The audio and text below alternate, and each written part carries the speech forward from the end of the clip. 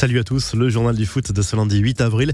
Le PSG devra patienter encore un peu pour être sacré champion de France. Match nul, 2 buts partout dimanche soir au Parc des Princes contre Strasbourg. 2 faits marquants sur ce match. D'abord, l'énorme loupé d'Eric Maxime Choupo-Moting qui a empêché de manière assez incroyable son coéquipier Christopher Nkunku de marquer à la 28e minute. Préservé par Thomas Tuchel, Kylian Mbappé n'en croyait pas ses yeux sur le banc. Le jeune buteur français a publié ensuite un message sympa sur Instagram pour son coéquipier. J'en ai raté bien plus que toi cette saison. On reste un groupe uni et on te soutiendra jusqu'à la fin, a écrit Mbappé. L'autre fait marquant de cette rencontre, c'est la colère de Thomas Tuchel, d'abord expulsé pendant le match par l'arbitre et qui s'en est pris ensuite à Laurent Paganelli. Il s'est accroché verbalement avec le journaliste terrain de Canal+, qui a enfilé un maillot du Racing après la rencontre. La prochaine fois, ça ne va pas arriver. T'es journaliste et tu portes le maillot. Tu dis non, mais j'ai vu, a lâché le coach parisien, visiblement très remonté. La Gazette du Mercato avec les dernières rumeurs venues surtout de l'étranger. Eden Hazard serait de plus en plus proche du Real Madrid. Marca est persuadé que l'international belge va rejoindre le club merengue cet été. Le transfert pourrait même être annoncé avant la fin de la saison actuelle. On parle d'un contrat de 6 ans et d'un salaire de plus de 20 millions d'euros par saison pour l'attaquant de Chelsea. Ivan Rakitic, lui, aurait donné son accord à la Juventus Turin selon les informations de la Gazette dello Sport relayées par Marca. L'international croate, également visé par l'Inter, aimerait signer un nouveau contrat avec le Barça et être augmenté, mais les dirigeants catalans sont réticents. Memphis Depay envisagerait bien de quitter Lyon pour retourner en Première Ligue. Selon la presse anglaise, l'attaquant néerlandais serait dans le viseur de Liverpool en cas de départ de Sadio Mané. Quelques infos en bref et en images. Lionel Messi est entré encore un peu plus dans la légende du Barça et du championnat espagnol.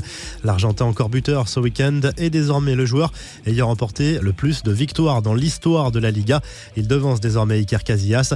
Le très mauvais week-end de Mario Balotelli qui était présent dans les tribunes du stade Giuseppe Meazza pour assister au match de l'Inter contre l'Atalanta ce dimanche. L'attaquant de l'OM a été copieusement sifflé par son ancien public.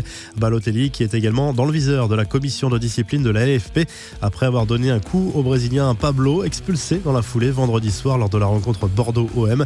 Coup de chapeau à Watford qui a décroché son billet pour la finale de la Cup en retournant la situation contre Wolverhampton après prolongation. Victoire 3-2 pour les Hornets qui affronteront Manchester City en finale. Coup de chapeau également à Robert Lewandowski, auteur de son 200e but ce week-end en Bundesliga contre le Borussia Dortmund lors de la victoire 5-0 du club bavarois. Enfin, la relève est peut-être assurée. Cruzeiro a officialisé le recrutement du fils de Ronaldinho, Joao Mendes, âgé de 14 ans. Le club a fait savoir que le jeune attaquant avait rejoint son centre de formation.